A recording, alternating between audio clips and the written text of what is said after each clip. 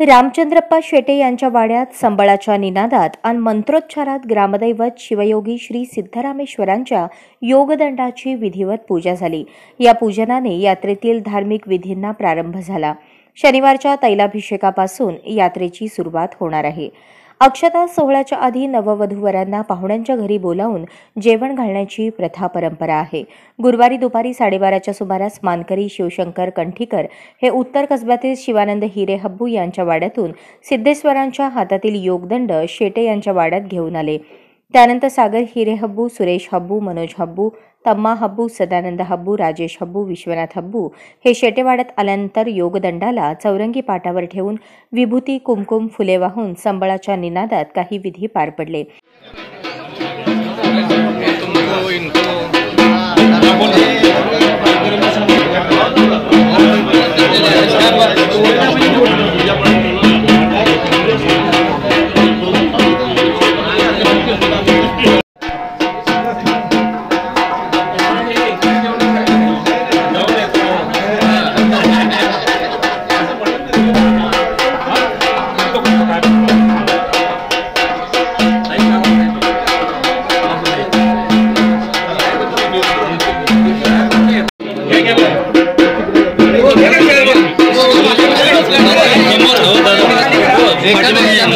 अरे रवि एकदम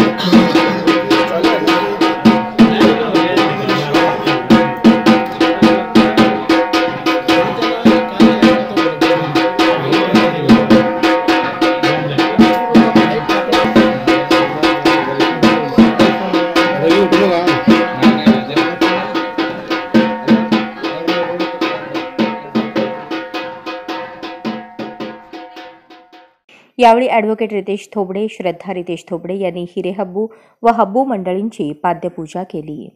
दरम्यान या धार्मिकीबाबत ॲडव्होकेट मिलिंद थोबडे आणि रितेश थोबडे यांनी अधिक माहिती दिली. यावेळी शेटे तसेच थोबडे मित्रपरिवारातील सदस्य उपस्थित होते.